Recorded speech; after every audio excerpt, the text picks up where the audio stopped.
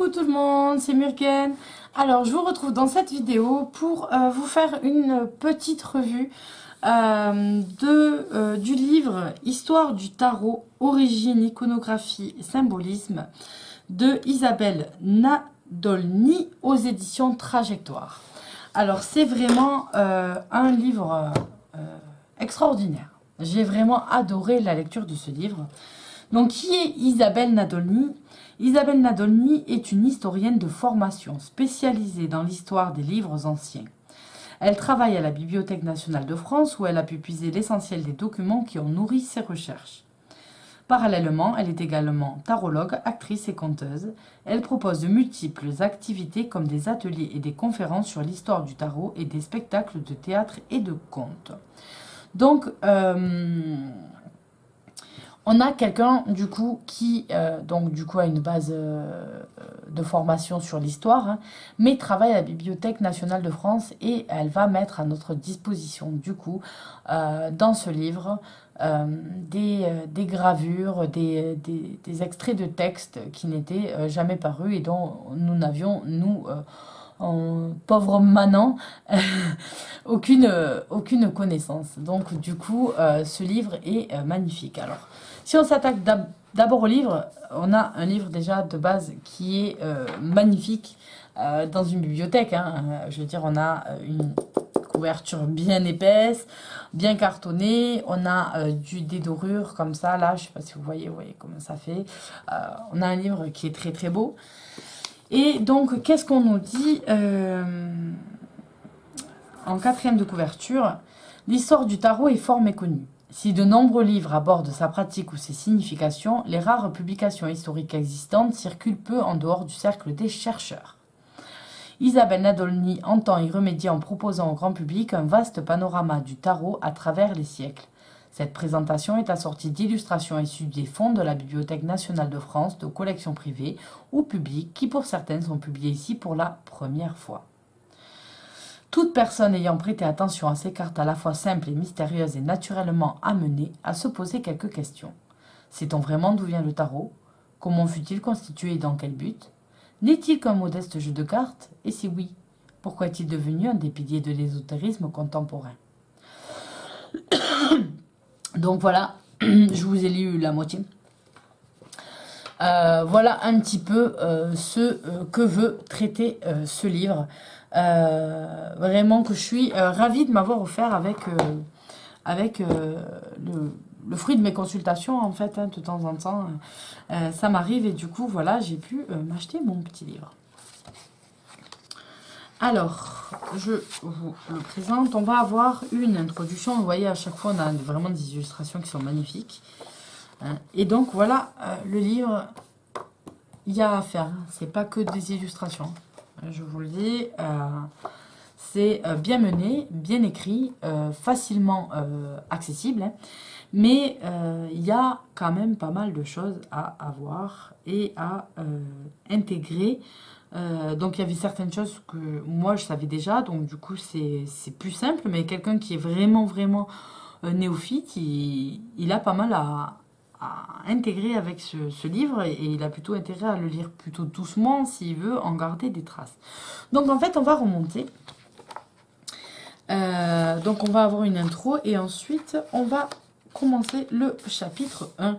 L'histoire du tarot s'inscrit dans l'histoire des cartes à jouer et du jeu.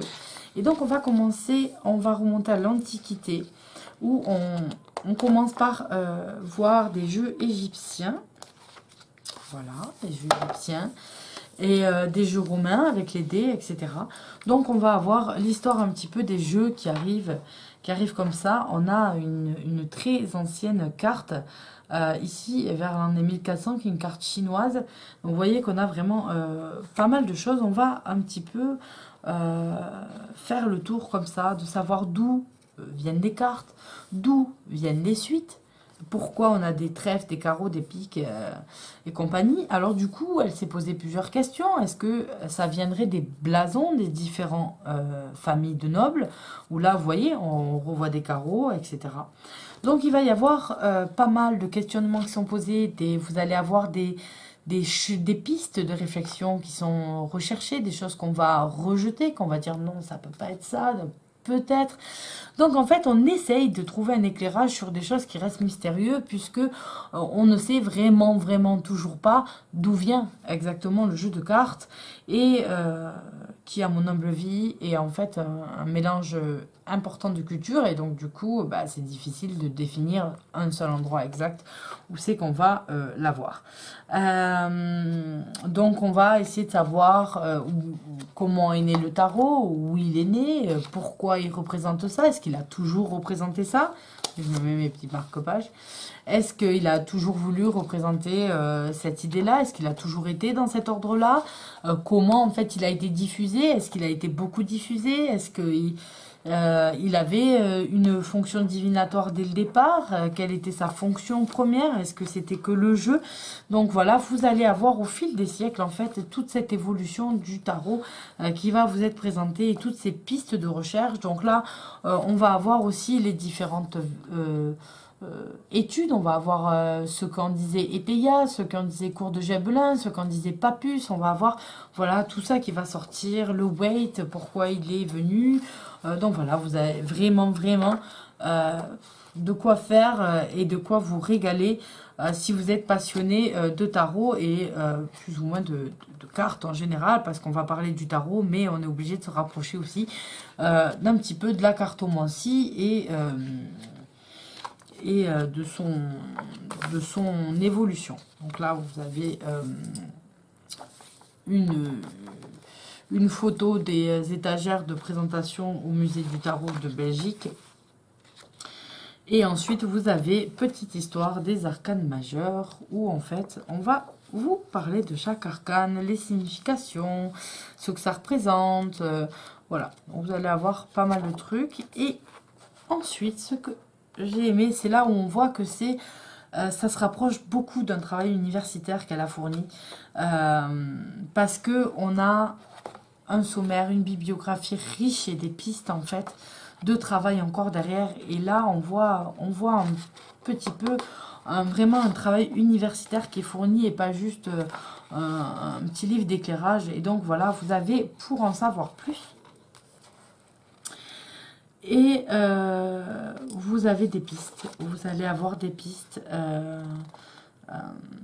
pour rechercher. Vous avez des pages, vous avez des sites, vous avez pas mal de thèmes où on vous dit allez voir ici, voilà la bibliographie, voilà ce que vous pouvez lire. Et puis à la fin, bien sûr, vous avez la table des matières. Comment vous dire? Voilà, c'est vraiment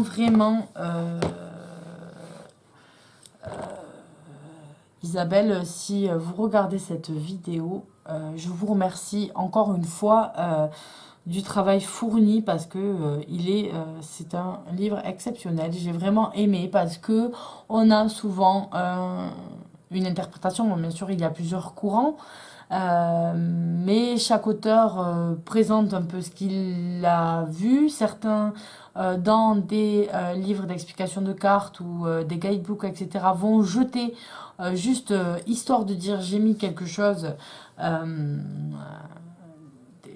des choses qui sont censées nous éclairer sur le tarot et qui en fait pas du tout vont nous condenser. Donc du coup, là c'est bien. Il n'impose pas de vision des choses, il présente les choses, il présente les pistes de recherche. Et ça vous donne aussi envie de chercher aussi par vous-même à approfondir certaines choses, etc. Donc c'est vraiment un travail super que vous avez fourni ici. Je le conseille vraiment vivement à tous les intéressés des tarots. Alors ça ne forcément pas va améliorer vos tirages, votre perception, etc. du jeu. Ça vous fera comprendre d'où vient le jeu, comprendre ce que vous avez dans la main. Et quand on aime son outil, de travail, on aime bien aussi savoir un petit peu tout ce qu'il peut venir représenter. Donc voilà, avec ce livre, c'est le cas, c'est un super truc à travailler. Donc je vous souhaite à tous une agréable journée et je vous dis à bientôt pour une prochaine vidéo. Bye bye.